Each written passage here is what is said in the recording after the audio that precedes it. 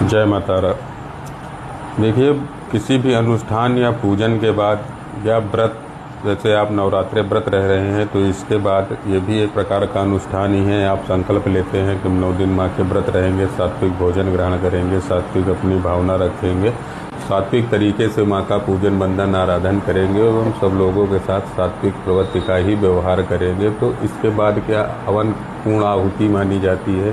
किसी भी कार्य के पश्चात हवन पूर्ण आहुति मानी जाती है। इसको इसलिए लाया गया है, जैसा कि शास्त्रों में लिखा गया है कि हवन पूर्ण आहुति देने से जिस भी भगवान के निमित्त आपने ये संकल्प लिया, व्रत किया या अनुष्ठान किया, तो उस भगवान को हम भोग देते हैं। क्योंकि भगवान, ऐसा कहा जाता है कि जो हवन में जो आहुति देते हैं वो भगवान को ही मिलती हैं, अग्नि के साथ ही प्रज्वलित हो जाती हैं। तो हवन करते समय आप अपने भगवान का प्रिय वस्तु या जो आपको प्रिय हो वो उनको भेंट